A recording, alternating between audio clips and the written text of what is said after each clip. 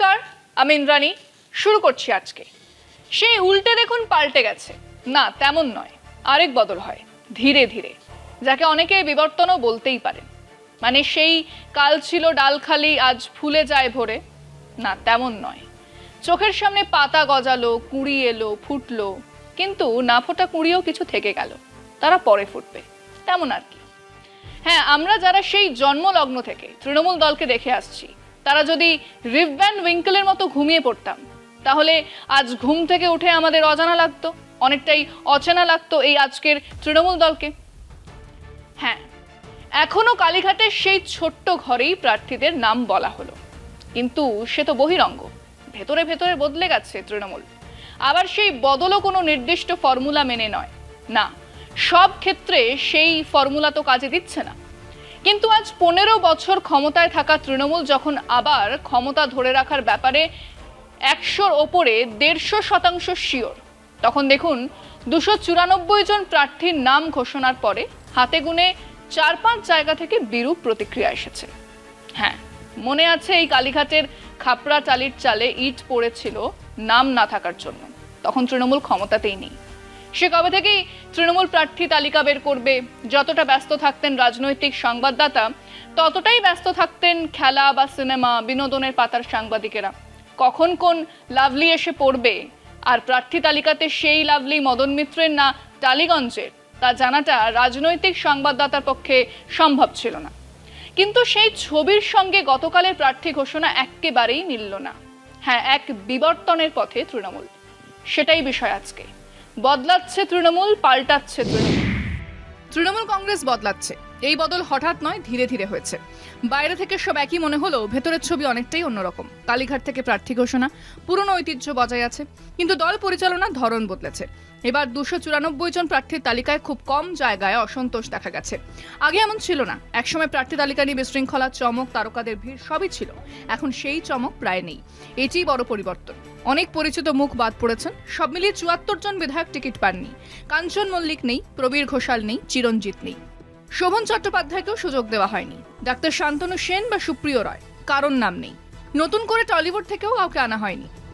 আবার কিছু পুরনো নেতা যেমন মানস ভূঁইয়া বা অশোক দেব রয়েছেন। তালিকায় 33% প্রার্থী বদলানো হয়েছে। বেশিরভাগ প্রার্থী 60 বছরের নিচে। অভিষেক বন্দ্যোপাধ্যায়ের বয়স সীমার বার্তা এখানে স্পষ্ট।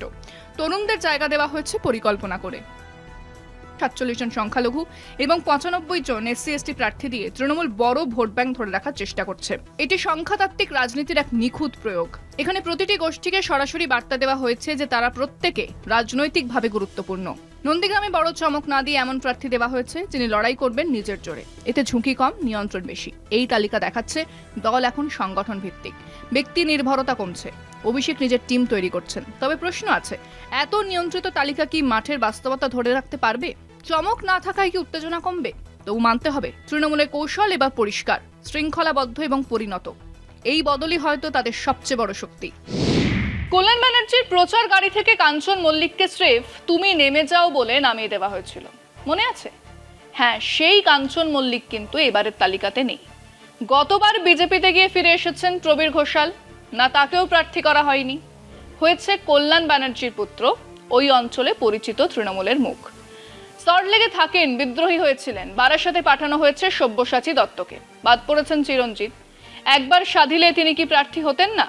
আবার দেখুন, সবুজ ধুতির ওপরে গোলাপি পাঞ্জাবি পরে শোভন চাটুর্যে গিয়েছিলেন তো দিদির সঙ্গে দেখা করতে। তার আসন জোটেনি, সেই আসন গেছে তার প্রাক্তন স্ত্রী রত্না চ্যাটার্জির কাছে।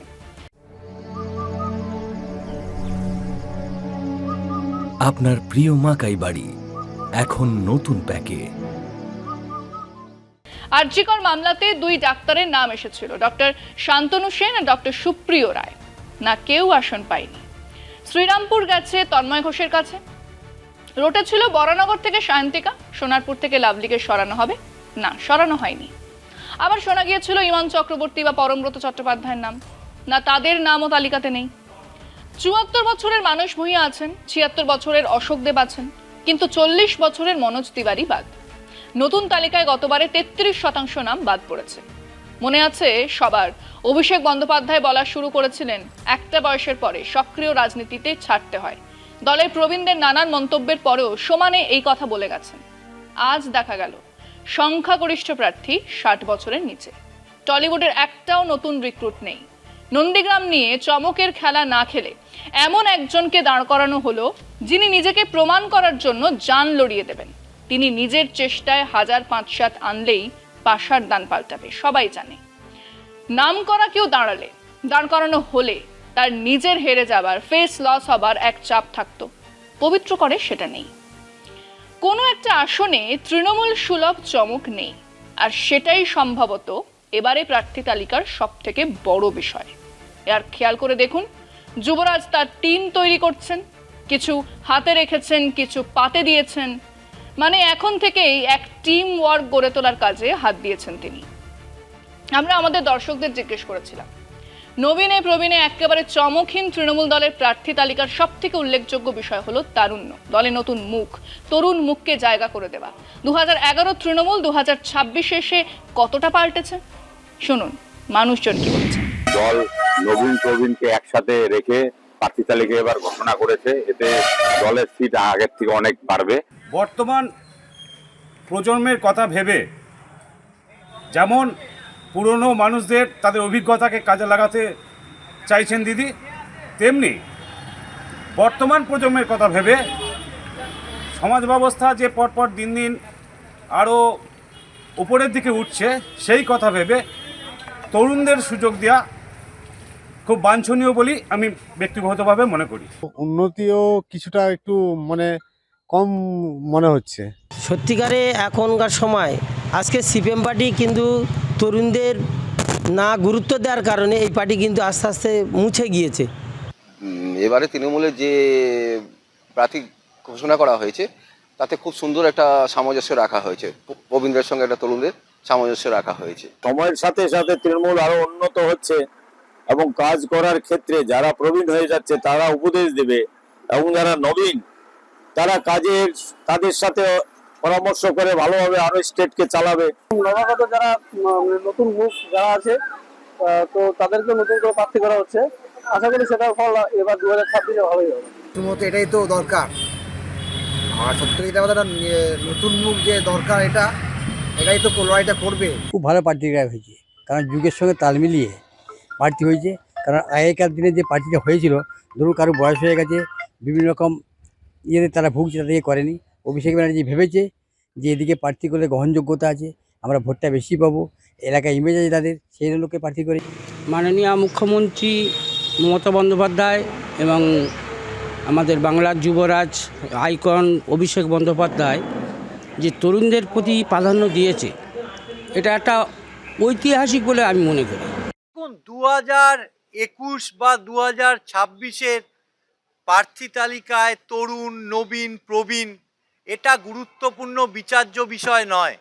বিচার্য বিষয় দল যাকে প্রার্থী করছে তাদের বিধানসভায় একজন সদস্য হিসাবে তাদের রাজনৈতিক, সামাজিক, অর্থনৈতিক যোগ্যতাটা কত আছে, সেটাই হচ্ছে একজন ক্যান্ডিডেটের প্রধান বিচার্য বিষয় বলে আমি মনে করি। অভিষেক বন্দ্যোপাধ্যায় নবীন প্রবীণের মেলবন্ধনে তারা বিশ্বাস করেন।